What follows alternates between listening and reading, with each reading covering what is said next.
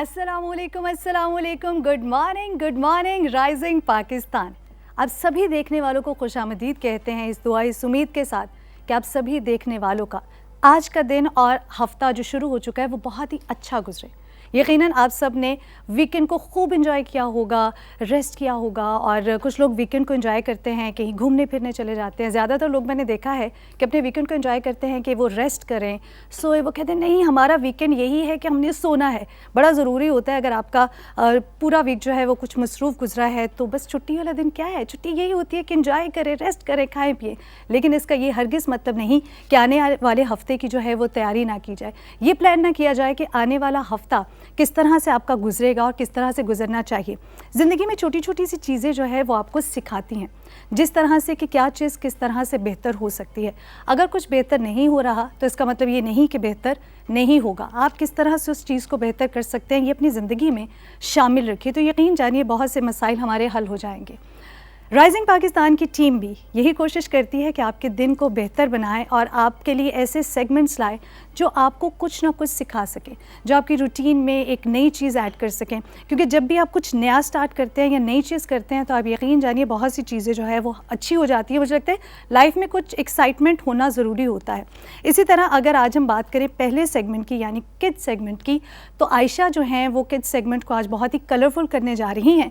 वो कोई ऐसी पेंटिंग या कोई ऐसी ड्राइंग नहीं करने जा रही जिससे आप कहें कि आज कुछ कलरफुल होने जा रहा है। आज वो कुछ म्यूज़िकल करने जा रही हैं। और आयशा की एक बड़ी अच्छी बात यह है कि आयशा जो है वो मुख्तलिफ़ ज़बानों में गाती हैं।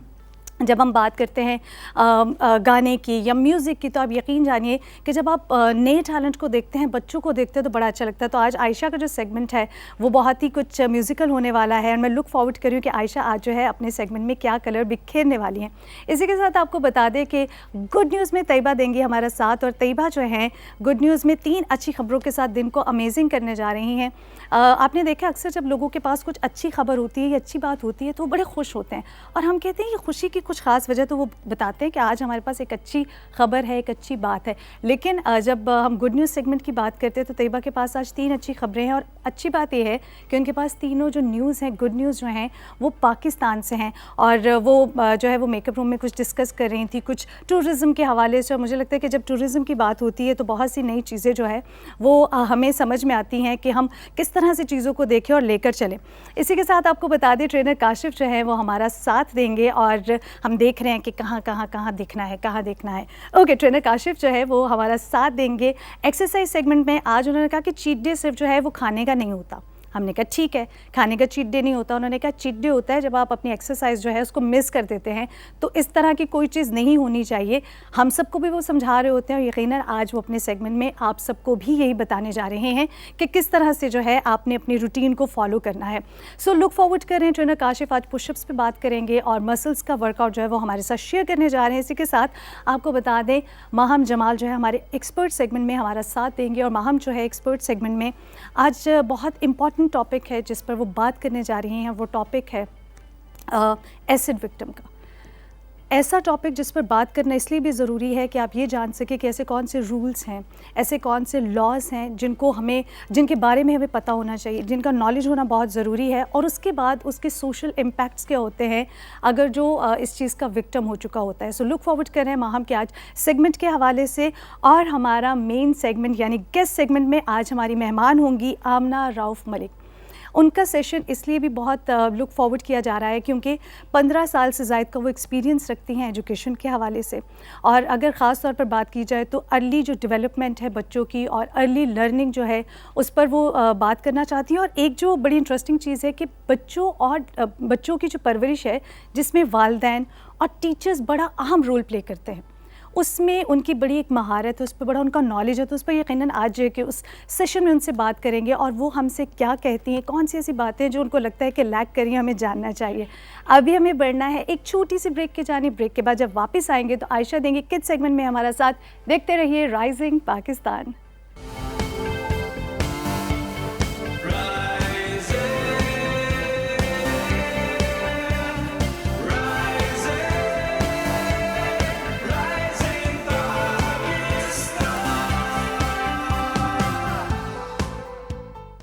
Welcome back to rising Pakistan. Rising Pakistan में एक बार फिर हम आपको खुशामदीद कहते हैं। स्टूडियोज़ में मैं अकेली नहीं हूँ, कुछ सुरीली आवाज़ मेरे साथ मौजूद है, यानी मेरे साथ स्टूडियोज़ में मौजूद है आयशा। अस्सलाम वालेकुम। Good morning. वालेकुम अस्सलाम, गुड मॉर्निंग। कैसी हैं आयशा आप? मैं बिल्कुल ठीक, आप कैसी हैं? मैं बिल्कुल खैरियत से। ये किस तरह मैनेज होता है, मतलब स्टडीज़ भी करना और गाना भी, ये किस तरह कर लेती हो?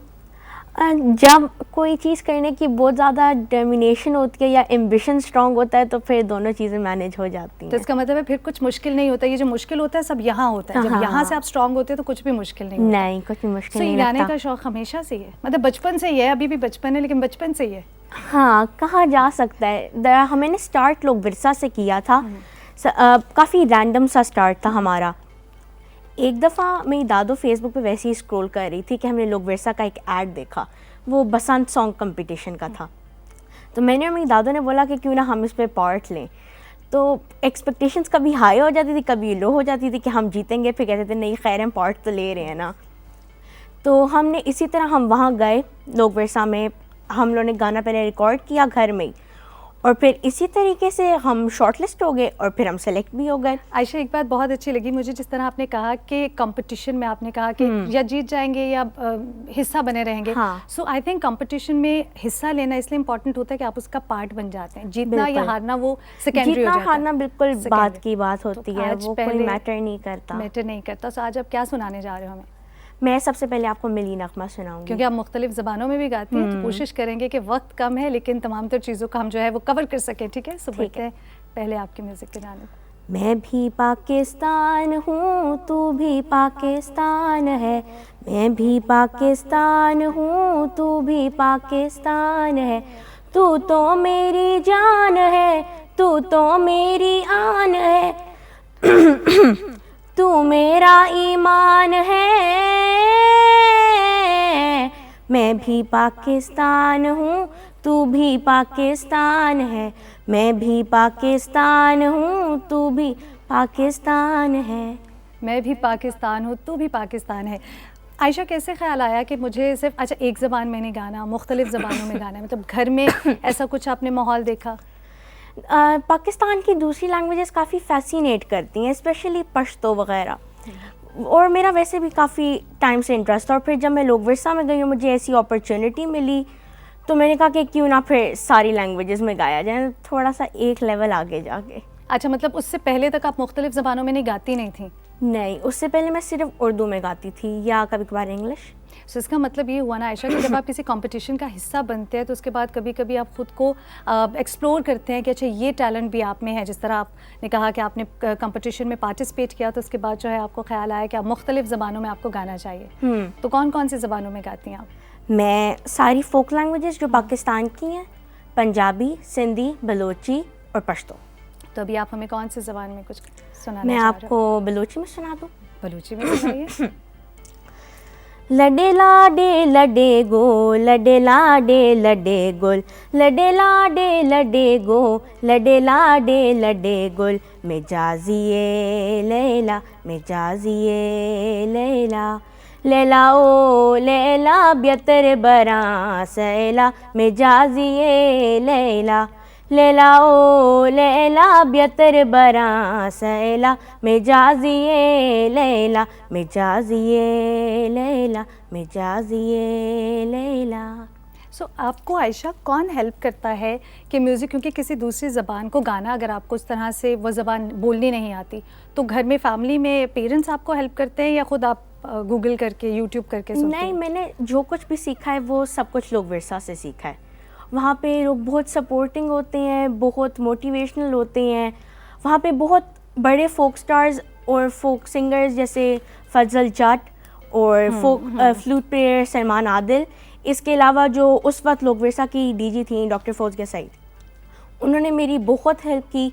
वो बहुत सपोर्ट करती थी, अगर कोई भी फ्लॉ या कोई भी ट्रांसलेशन या कोई भी प्रॉब्लम आता था तो वो बहुत हेल्प करती थी। इसके अलावा मेरे स्कूल ने मेरी बहुत सपोर्ट की, मेरी प्रिंसिपल मैम नबीला और मेरा school Saint Mary's Academy for Girls, वो बहुत सपोर्टिंग थे। मतलब कि अगर कोई कंपटीशन या कोई स्कूल में प्रोग्राम होता था जिसमें एज सच मैं खुद पार्ट में नहीं, मैं पार्ट में होता था मेरा कोई, लेकिन फिर भी वो कहते थे नहीं आयशा को बुलाओ ताकि वो आके कुछ सिंग करे। वो कलरफुल सा जिस राम ने भी कहा था, बिल्कुल सब कुछ। तो सपोर्ट मैटर करती है। वैसे स्टार्ट में सब कुछ बहुत मुश्किल लगता है, लेकिन अगर आपकी सपोर्ट है, आपको आपकी फैमिली गाइड कर रही है, या वो अगर सिर्फ सपोर्ट भी कर रही है, सपोर्ट सिस्टम बहुत बहुत इंपॉर्टेंट है। आप होता कभी है। भी कुछ भी करना चाहते हैं, अगर आपकी फैमिली आपके साथ है, सो आयशा कभी भी आप यकीन जानिए आप रुक नहीं सकते। और हम यही अपने देखने वालों से भी कहेंगे कि अगर आप कुछ करना चाहते हैं, बच्चों को भी चाहिए कि अपनी ख्वाहिश और अपने शौक़ का इजहार है अपने पेरेंट्स के सामने ज़रूर जाके करें, अपने टीचर्स को ज़रूर बताएं कि आप क्या विलेंगे, आप क्या करना चाहते हैं। सो अब आप हमें क्या सुनाने जा रही हैं? मैं आपको सिंधी गाना सुना देती हूँ। मोर थो टिल्ले राणा मोर थो टिल्ले, मोर थो टिल्ले राणा मोर थो टिल्ले, हो राणा राणा मोर भले जो टिल्ले गुजर जू, राणा राणा मोर भले जो टिल्ले गुजर जू, मोर थो टिल्ले राणा मोर थो टिल्ले, मोर थो टिल्ले राणा मोर थो टिल्ले। क्या बात है, क्या बात है, अमेजिंग। अच्छा, भी आपने बताया आप उर्दू में भी क्योंकि गाती हैं, सो पंजाबी में भी कुछ गाने का है शौक? पंजाबी में भी मैं गाती हूँ, मतलब 4 लैंग्वेजेस है तो पंजाबी में तो इम्पॉर्टेंट है। मैडम का कभी कुछ आपने ऐसा गाया सीखा? बिकॉज मुझे लगता है और हर आने वाली जनरेशन और अभी भी अगर कोई म्यूज़िक को सीखना चाहता है तो मैडम नूरजहाँ की आवाज़ जो है वो एक ऐसी आवाज़ है जिसको आप सुनते हैं और सीखते चले जाते हैं। मैडम नूरजहाँ के गाने ना मतलब ना यहाँ के होते हैं, और मैं पर्सनली अपने आप को अभी इतना सिंगर क्वालिफाई नहीं करती कि मैं मैम नूरजहाँ का कोई गाना अटेम्प्ट कर सकूं। मैंने मुसर्रत नज़ीर के गाने गाए हैं, वो बहुत मतलब एक ना डिफरेंट सी पर्सनालिटी थी। मैंने जब उनके वीडियोस भी यूट्यूब पे कोई गाने करने के लिए देखे थे ना, तो काफ़ी मतलब ना वो करती थी कि मतलब कितनी मतलब ना वेरिएशन, और उनका अपना एक स्टाइल है, जैसे हर गुलकार का अपना एक। तो पंजाबी में आप हमें फिर कुछ सुनाओ। मैं आपको कुट कुट बाजरा सुना दूँ? बिल्कुल बिल्कुल।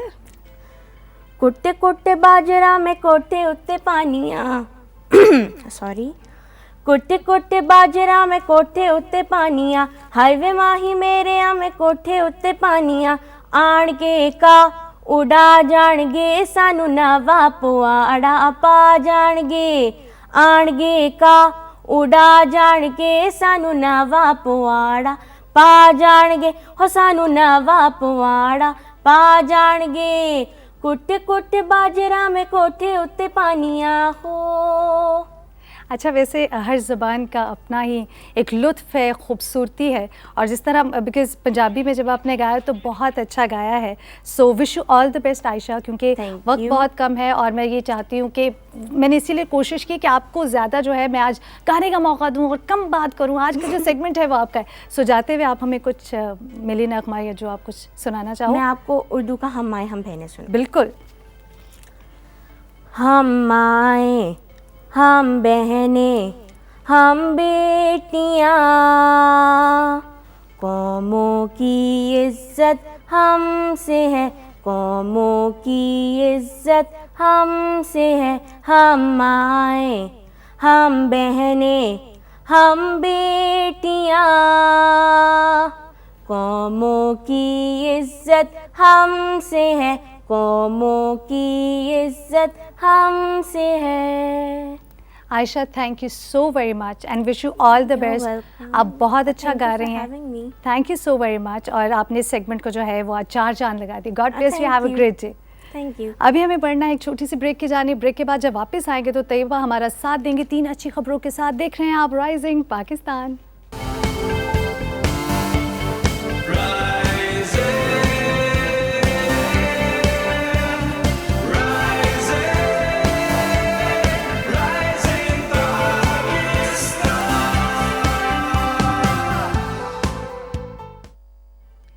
Welcome back to rising Pakistan. Rising Pakistan में एक बार फिर हम आपको खुशामदीद कहते हैं। लाइव शो जब होता है तो हम देखते हैं कि हर कोई जो है वो बहुत ही एक्टिव है, हर किसी को अपने सेगमेंट के बारे में जो है वो है कि मुझे अपना बेस्ट देना है। लेकिन मैं देखती हूँ कि एक कोई ऐसा इंसान होता है जो बहुत ही खुश होता है और हम पूछते हैं कि उसकी खुशी की वजह क्या है, तो पता चलता है कि उस इंसान के पास 3 अच्छी खबरें हैं और वो है तैयबा। अस्सलाम वालेकुम and good morning. Good morning, कैसी हैं रुबैका? मैं बिल्कुल ठीक ठाक। ये मतलब 3 अच्छी खबरों की इतनी खुशी। अच्छा, खुशी इसलिए होती है क्योंकि आपको कुछ नया सीखने को भी मिल रहा होता है और बहुत सारे लोगों को बताने को भी। और कहते हैं ना कि जब आप किसी के साथ कुछ अच्छी चीज़ शेयर करते हैं ना तो बस सदका जारिया भी है। Sharing is caring. हाँ बिल्कुल। लेकिन वो ऑफ कोर्स कोविड टाइम में वो वाली शेयरिंग नहीं जो आप चीज़ों को जो है वो शेयर करते हैं, लेकिन आप अच्छी बात, अच्छी चीज़ें, अच्छे थॉट्स जब शेयर करते हैं तो वो कुछ पॉजिटिविटी सुबह सुबह के टाइम। पहली अच्छी खबर क्या है? पहली अच्छी खबर से पहले आज तो सबसे वैसे नॉर्मली जो हम एक सवाल करते हैं, क्या आपने वैक्सीन लगवाई? बिल्कुल वैक्सीनेटेड हूँ मैं। अच्छा, मैंने भी लगवा लिया। हाँ। और जो मेरी पहली न्यूज़ है वो इसी से रिलेटेड है, वैक्सीनेशन से रिलेटेड, कि इस साल फरवरी में अगर हम बात करते हैं तो कोविड-19 की वैक्सीनेशन का जो है वो आगाज़ हो चुका था और NCOC के मुताबिक अब तक 50 मिलियन यानी कि 5 करोड़ अफराद को कोविड की जो वैक्सीन है वो लग चुकी है। और हुकूमत ने नादरा के ताउन से रुबैका जो वैक्सीन लगाने का जो बेहतरीन निज़ाम मुरतब किया था और हेल्थ डिपार्टमेंट जो जितना भी हेल्थ डिपार्टमेंट था और उन्होंने भी अपनी तमाम सलाहियतें लगाकर इसे कामयाब बनाया। और मैं तो यही कहूँगी कि जिसने भी वैक्सीन नहीं लगवाई तो लाजमी जो है वो लगवाएं। जिस तरह अभी हम अपनी स्क्रीन पर भी देख रहे हैं कि वज़ीर आज़म इमरान खान ने वैक्सीनेशन करवाई। वो जो तस्वीर में तमाम तर हम पिक्चर्स देख रहे हैं उसमें ये एक मोटिवेशन होती है जो आई थिंक तैयबा हम सब की ज़िंदगी में बहुत ज़रूरी है। जब हम बात करते हैं पिक्चर्स की, वीडियोस की, सोशल मीडिया की, तो मुझे लगता है सोशल मीडिया ने जहाँ पर हम कभी कभी बहुत कंप्लेन करते हैं कि बहुत सी चीज़ें जो है वो अच्छे तरीके से नहीं चल रही, अवेयरनेस के हवाले से बहुत सी अच्छी चीज़ें भी लाइन अप हुई हैं और हमने देखा है। जिस तरह आपने वैक्सीनेशन की बात की है, एक वो डर था लोगों के जहन में और बहुत सी बातें थी कि पता नहीं वैक्सीनेशन करवानी चाहिए या नहीं करवानी चाहिए, लेकिन अब हम देखते हैं जिस तरह आपने एक बड़ी तादाद लोगों की बताई है। और अगर मैं अपनी एग्जांपल भी दूं तो जब मैं या आप भी हम वैक्सीनेशन करवाने गए तो हमने एक बड़ी तादाद में लोगों को वहाँ पर देखा। मतलब ऐसा नहीं था कि हम कहें कि कुछ लिमिटेड लोग वहाँ पर मौजूद थे, जो बहुत अच्छी बात है। हम अपने देखने वालों से भी यही कहेंगे कि अगर अभी तक, वैसे मुझे लगता नहीं है, लेकिन अगर अभी तक आपने वैक्सीनेशन नहीं करवाई तो ज़रूर करवाएं। अपना ख्याल रखें और ख़ास तौर पे जो बड़े हैं, आपके घर में बुजुर्ग हैं, उनका भी ख्याल रखना बहुत ज़रूरी है। और मज़े की बात यह कि आपको इतना दूर ट्रैवल भी नहीं करना रुबैका। आपकी जैसे ही रजिस्ट्रेशन हो जाए तो आपको फ़ौरन एक मैसेज रिसीव होता है कि अगर आप अपनी रजिस्ट्रेशन करा चुके हैं तो किसी भी करीबी वैक्सीनेशन सेंटर पर जाके वैक्सीन लगा लें। ये नहीं कि आपको बहुत दूर ट्रैवल करना है या आपको दूर जाना है, तो ये सबसे बड़ी सहूलत है। तो मैं तो कहती हूँ कि जिन्होंने वाकई नहीं लगवाई वो जल्दी से लगवा लें, बजाय इसके कि कल आप किसी बड़े नुकसान की तरफ जो है वो बिल्कुल ऐसा ही है। अपना भी ख्याल रखें, अपने इर्द गिर्द के लोगों का भी ख्याल रखिए and be the responsible citizens. Second good news जो है वो मेरी पहले तो मुझे बताएं कि अच्छा, हम लोग बचपन में तो बड़ा शौक होता था, राइड्स का शौक होता था, पार्क्स का शौक होता था, अभी कितना है? मुझे वैसे सच बताऊं, मुझे बचपन में भी इतना ज़्यादा मैं बिल्कुल भी घूमने फिरने की शौकीन नहीं थी और अभी तो बिल्कुल ही नहीं है। और अच्छा, हमारे जितने भी पार्क्स अगर हम उनकी बात करें तो बहुत ही खूबसूरत हैं शजरकारी की वजह से, दरख्तों की वजह से। और जब भी आप रंगीनियाँ देखते हैं या दरख्त देखते हैं तो वैसे ही आपको ना सुकून मिलता है उन चीज़ों को देख के। और जो मेरी सेकंड गुड न्यूज़ है वो इसी के हवाले से है। माहौलियाती तब्दीली की जो वज़ीर हैं ज़रताज गुल ने कहा है कि शजरकारी के साथ साथ हुकूमत 23 नेशनल पार्क भी बना चुकी है। मैं तो बहुत एक्साइटेड हूँ क्योंकि मुझे तो बहुत शौक है घूमने का और जो पार्क्स हैं वो मैंने लाजमी देखने हैं। और उन्होंने ये बात फैसलाबाद की जो पार्क है उसका इफ्तिताह करते हुए बताई थी। और माहौलियाती तब्दीली के लिए शजरकारी बहुत ज़रूरी है और इसके साथ साथ माहौल को आलूदा करने वाले अवामिल और अनासिर को रोकना भी ज़रूरी है।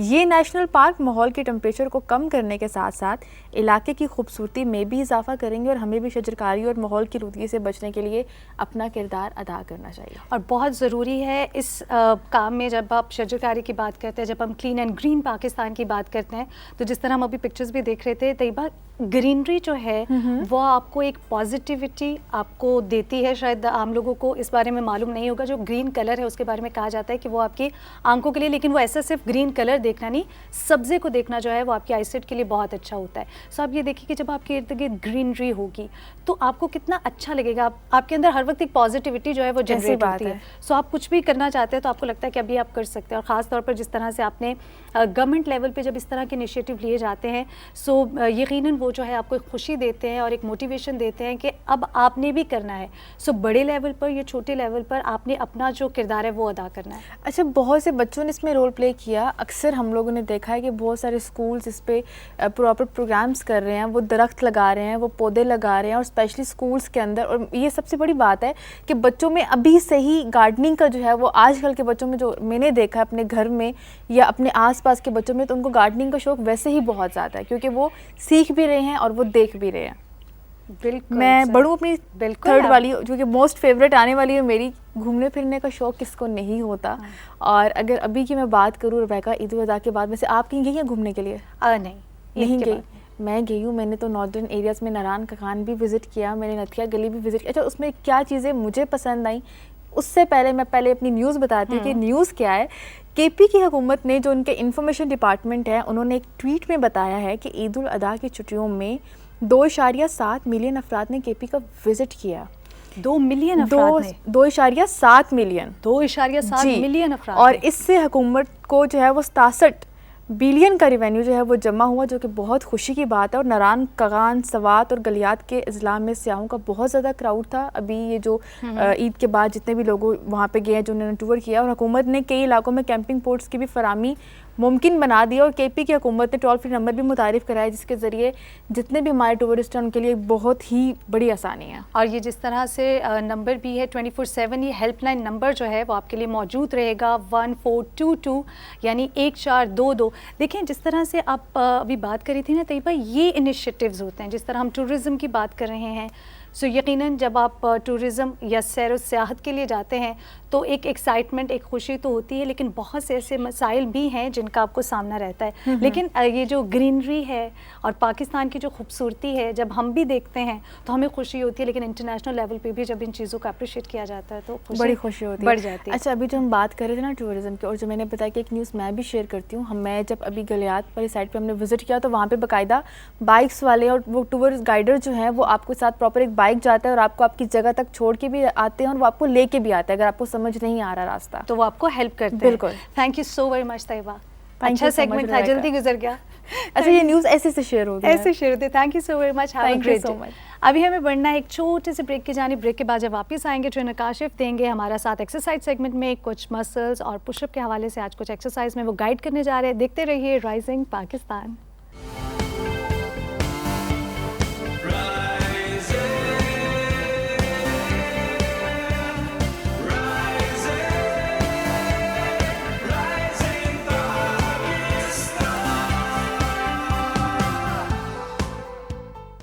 भाई तमाम साथी जो हैं अक्सर मैसेजेस करते रहते हैं, पूछते रहते हैं कि काशिफ भाई पुशअप्स की पोजीशन बता दें, पुशअप्स करने कैसे हैं। ठीक है, आप वर्जिश की हरकत बताते हैं, पूरा पूरा वर्कआउट लेके आते हैं, चाहे वो फ़ैट लॉस हो, मसल गेन हो, जेलिटी पे काम करना हो, फ्लेक्सिबिलिटी पे काम करना हो, कोई भी फिटनेस डिज़ायर्ड गोल हो, उसको अचीव करने के लिए आप बताते तो हैं, लेकिन पुशअप्स की जो बेसिक्स हैं हमें वो बता दें, समझ नहीं आती है कैसे करना है। तो साथियों, आज का जो हमारा टॉपिक है वो पुशअप्स की फॉर्म को किस तरीके से एक्यूरेट कर सकते हैं, पुशअप से हमारे कितने मसल्स टारगेट कर सकते हैं हम लोग पुशअप की फॉर्म में, जो कि बेहतरीन कंपाउंड मूवमेंट है जिससे आप ज़्यादा मसल्स को ट्रेन कर सकते हैं। तो शुरू करते हैं साथियों। हमने क्या करना है, हमने पुशअप्स की पोजीशन में आना है और मैं चाहूँगा कि मुझे कैमरा 4 से दिखाते रहिएगा, क्योंकि जो मेरी पोजीशन है पूरी बॉडी की वो मुझे दिखाना बहुत इंपॉर्टेंट है कि किस तरीके से इसको हमने अलाइन करना है। साथियों देखिए, पुशअप पोजीशन में आएंगे, सबसे पहले हमने क्या करना है, हमने इस पोजीशन में आके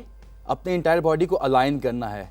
बॉडी नीचे की तरफ ना झुके, बॉडी बहुत ज़्यादा ऊपर की जानिब ना जाए।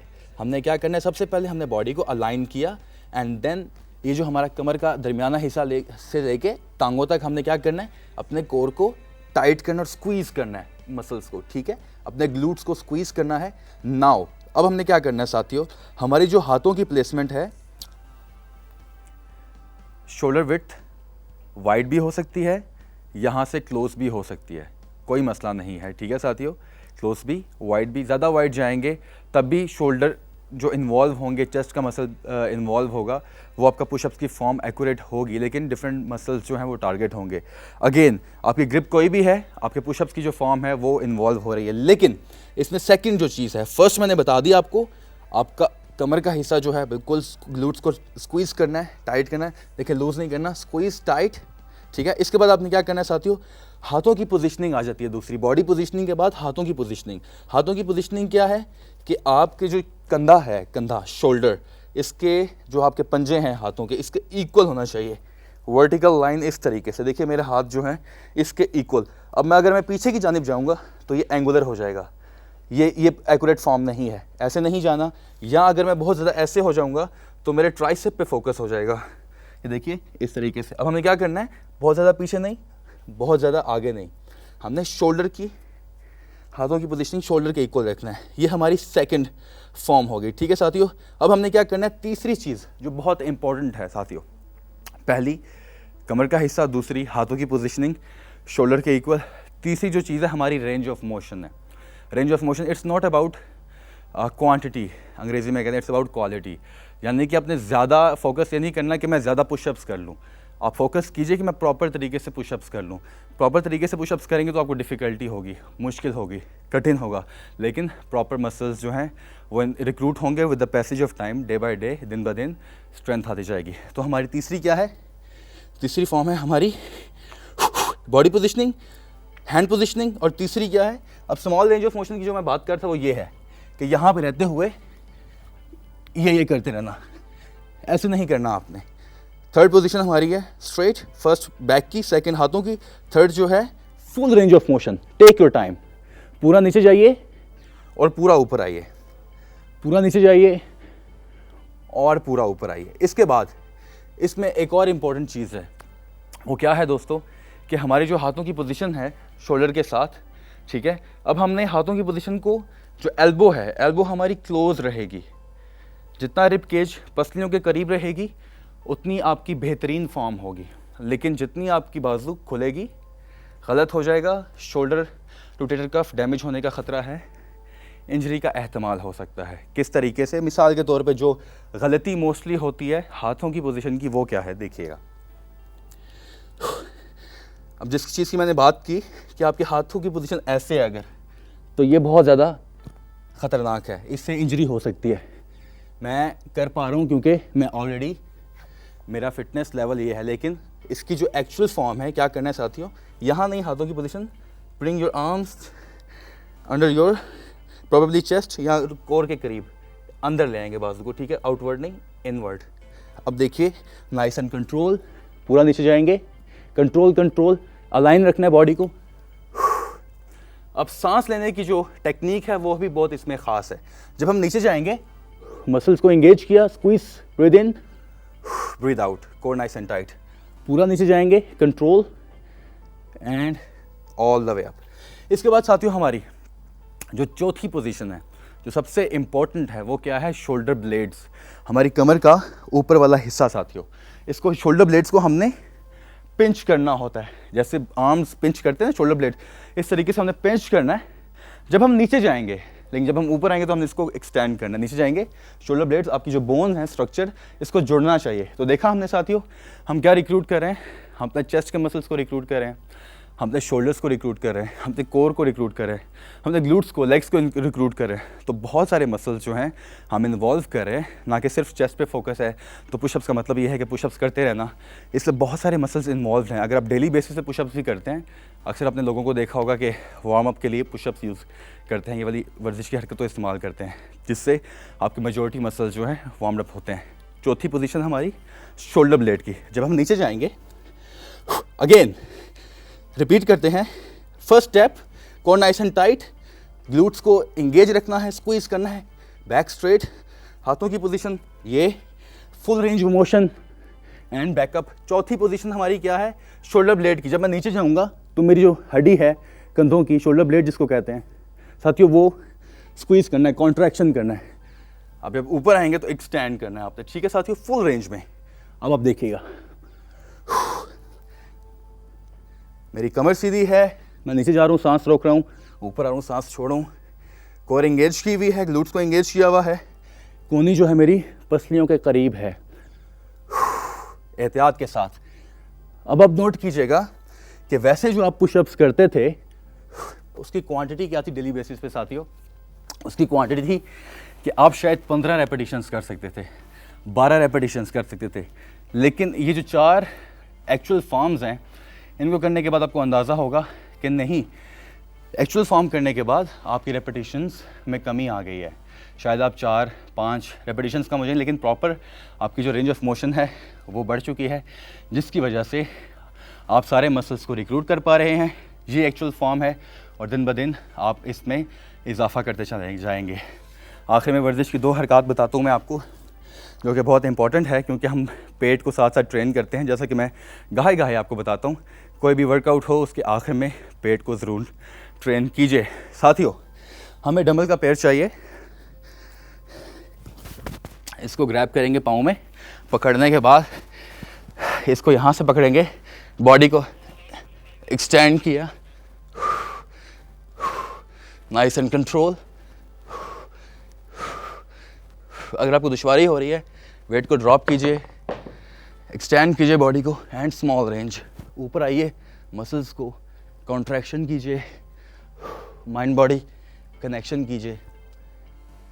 और साथियों, ये था आज का हमारा वर्कआउट। मैंने वर्जिश की 2 हरकत बताई थी, मुझे मेरे प्रोड्यूसर साहब ने कहा है कि एक ही होगी, टाइम कम है। तो साथियों, ये था हमारा आज का सेगमेंट, जिसमें हमने आपको बताया कि पुशअप्स किस तरीके से प्रॉपर्ली किए जाते हैं। इसके बाद हमें लेनी है छोटी सी ब्रेक के बाद हमारे साथ होंगी महम जमाल। कहीं मत जाइएगा, ये है राइजिंग पाकिस्तान।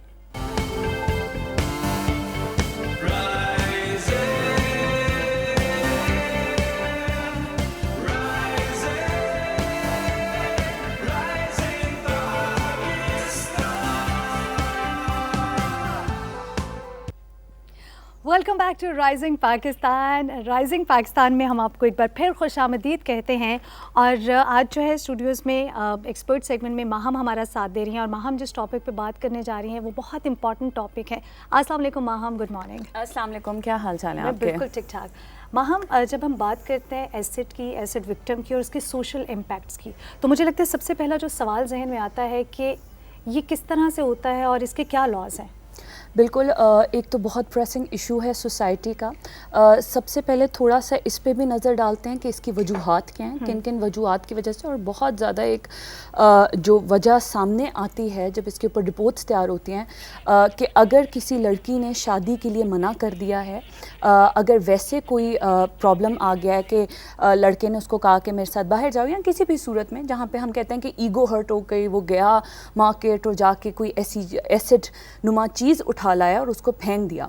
सो उसमें बग़ैर सोचे बग़ैर समझे कि अगर आपको एक कहीं से ना मिली है तो आप दूसरी आप देख सकते हो, लेकिन ये चीज़ आप जहन में नहीं डालते, और बग़ैर ये चीज़ जहन में डाले कि इसकी कितनी सख्त सज़ा है, वो इस तरह का जुर्म पेश कर देते हैं और इस तरह का जुर्म आ जाता है। सो ताज़ीरात पाकिस्तान इसको बिल्कुल पकड़ता है, इसके ऊपर बात करता है।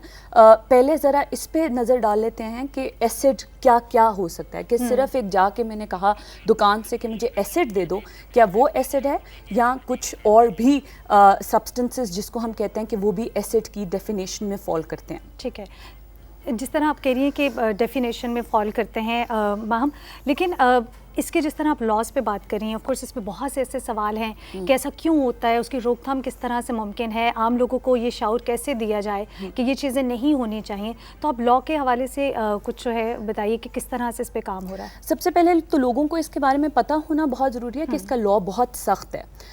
एसिड की डेफिनेशन में जो आते हैं वो सिर्फ एसिड नहीं, कोई भी ऐसा केमिकल जो किसी भी जिस्मानी तौर पे आपको नुकसान पहुंचा सकता है, कोई भी ऐसा जहरीला मवाद जो आपको नुकसान पहुंचा सकते हैं, इन सब को लॉ जो है उसको डाल देता है उस कैटेगरी में। और अगर कोई भी इंसान के ठीक है मैंने तो एसिड तो नहीं किया जाता, मैंने तो कोई इस तरह का केमिकल फ्यूम उठा लिया था, सो नहीं, उसको भी लॉ उस कैटेगरी में डालता है और इससे मना करता है कि आपने नहीं करनी। इसकी सज़ा बहुत सख्त है, यानी कि 14 साल की सज़ा या लाइफ इम्प्रिजनमेंट जिसको हम कहते हैं कि उम्र कैद सज़ा, या आपको 10 लाख का फ़ाइन, या दोनों हो सकता है इसमें। सो सबसे पहली बात जो हम कहते हैं कि अवेयरनेस आपके, अगर आप इस तरह का क्राइम करने जा रहे हैं तो इसमें आपको अवेयरनेस बहुत ज़रूरी है कि इसमें कोई आपकी वो नहीं है कि माफ़ी नहीं है आपकी, इसमें आप इस तरह की हरकत नहीं कर सकते। सो ये बहुत बहुत ज़्यादा ज़रूरी है।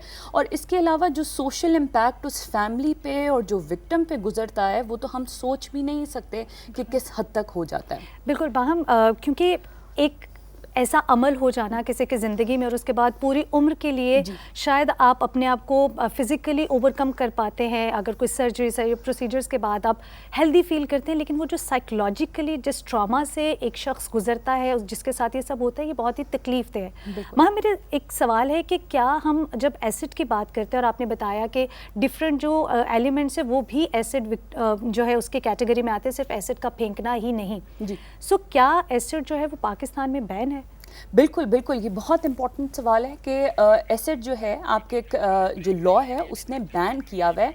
आप बाज़ार से जाके, और अगर कोई ऐसा शॉपकीपर इसको बेच रहा है तो उसको भी ट्राई एंड टेस्ट किया जाएगा लॉ के अंदर।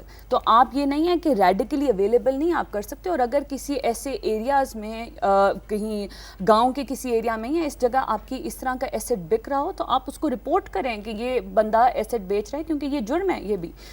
और अगर ऐसा कोई पेश आ जाता है मामला, तो उसमें ना सिर्फ वो उस डिफेंडेंट को पकड़ेंगे जिसने जुर्म किया है, बल्कि उसको भी पकड़ेंगे जिसने बेचा, उसको भी पकड़ेंगे जिसने उसको एड एंड अबेट किया।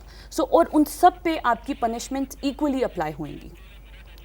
ओके, अच्छा, इसका मतलब है कि ये अवेयरनेस हमें बहुत ज़रूरी है माहम होना, और हमारे देखने वाले भी ज़रूर इस बात पे जाने कि सिर्फ ख़रीदने वाला या जो जुर्म करने की नीयत से कोई चीज़ ख़रीद रहा है, एसिड ख़रीद रहा है, वही सिर्फ कसूरवार नहीं है। जो उसको सेल कर रहा है या जो बेच रहा है वो भी उसी तरह उसको भी कानून की पकड़ है, और वो उससे छूट नहीं सकता कि नहीं मैं तो सिर्फ बेच रहा था, मुझे क्या पता ये क्या करने जा रहा था। भाई, आपको पाकिस्तान के कानून ने मना किया है कि आप नहीं ये बेच सकते, तो आप इस तरह की कोई चीज़ अपने पोजेशन में खरीदो फरोख्त के लिए रखोगे तो वो मना है। इवन इसको बेचना या ख़रीदना आम इस्तेमाल में सोचा जाता है कि ज़रूरत होगी, क्योंकि माहम इसलिए मेरा पहला सवाल ही आपसे ये था कि क्या ये पाकिस्तान में बैन है, क्योंकि अब यकीन जानिए शायद मुझे और मुझ समेत बहुत से लोगों को इस बात का अंदाज़ा नहीं है या इल्म नहीं है कि क्या एसिड पाकिस्तान में हम बेच सकते हैं या ख़रीद सकते हैं, या इस पर क्या लॉज हैं, क्या कवानीन हैं। वो जब हमें पता नहीं होता तो हम खामोश हो जाते हैं। एटलीस्ट हमें पता होना चाहिए। जी बिल्कुल, बहुत ज़रूरी है। अच्छा, एक और पहलू पे नज़र डालूंगी कि अगर ऐसा मामला दरपेश आ जाए किसी विक्टिम के साथ, सो सबसे पहला आपका जो अमल होना चाहिए कि आप जो हम कहते हैं कि रिहैबिलिटेशन सेंटर्स या जनरल अवेयरनेस में बताया जाता है कि आपने एकदम जाके ठंडे पानी में अपने आप को रखना है, या अगर सपोज़ आपकी ज़ख़म कहीं हाथ पे आया है या छींटे पड़े हैं, वो चीज़ रखना है। वो आपने अपने क्लोथ्स रिमूव करने हैं और उसको एज एविडेंस आपने अपने साथ रखना है कि जब आप FIR लॉन्च कराने जा रहे हैं या अपना एग्जामिनेशन कराने जा रहे हैं,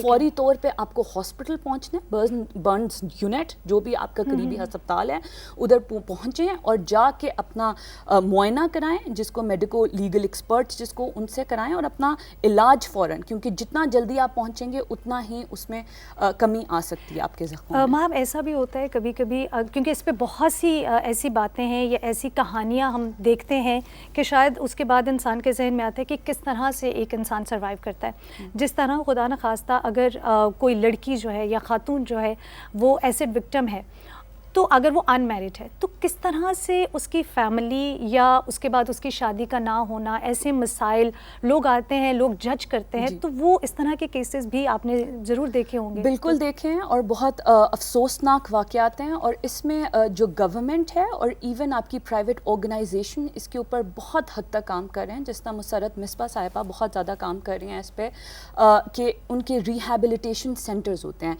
क्योंकि जो साइकोलॉजिकल ट्रॉमा से आप गुजरते हो, physical pain is one, but आपका जो साइकोलॉजिकल ट्रॉमा से आप गुजरते हो 1, 2, 3 साल कहीं नहीं उसमें जाता। सो यस, गवर्नमेंट भी इस पे काम कर रही है कि कैसे आपने, अगर कोई ऐसा मामला पेश आ जाता है, सो कैसे आपने विक्टिम को एक नॉर्मल मेन स्ट्रीम में लेके आना है जिस साइकोलॉजिकल ट्रॉमा से वो गुजरेगी। प्रोविंसेस में, डिफरेंट प्रोविंसेस में गवर्नमेंट लेवल पे ना सिर्फ उनको दिया जाएगा कि आप अवेयरनेस दी जाएगी, बल्कि उनको फाइनेंशियल हेल्प भी दी जाती है। सो ये बहुत ज़रूरी है।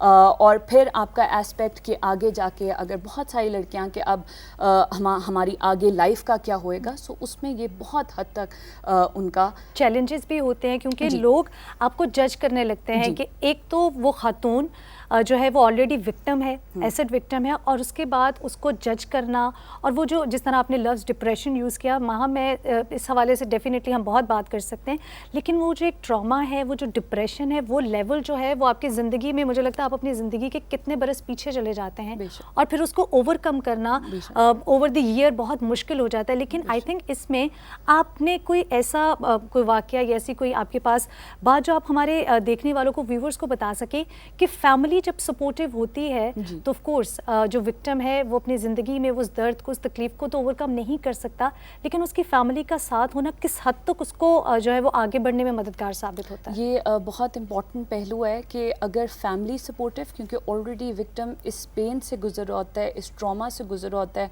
तो जहाँ जहाँ फैमिली सपोर्टिव नहीं होती इस इंसिडेंट के अक्सर हम ये बात कर देते हैं कि शायद तुम ही ने कुछ किया होएगा जो तुम्हारे साथ ऐसे हुआ है। सो नहीं, फैमिली की सपोर्ट होना बहुत ज़रूरी है, और जिन जिन विक्टिम्स के साथ फैमिलीज़ की सपोर्ट थी उसको वो ओवरकम कर पाए हैं।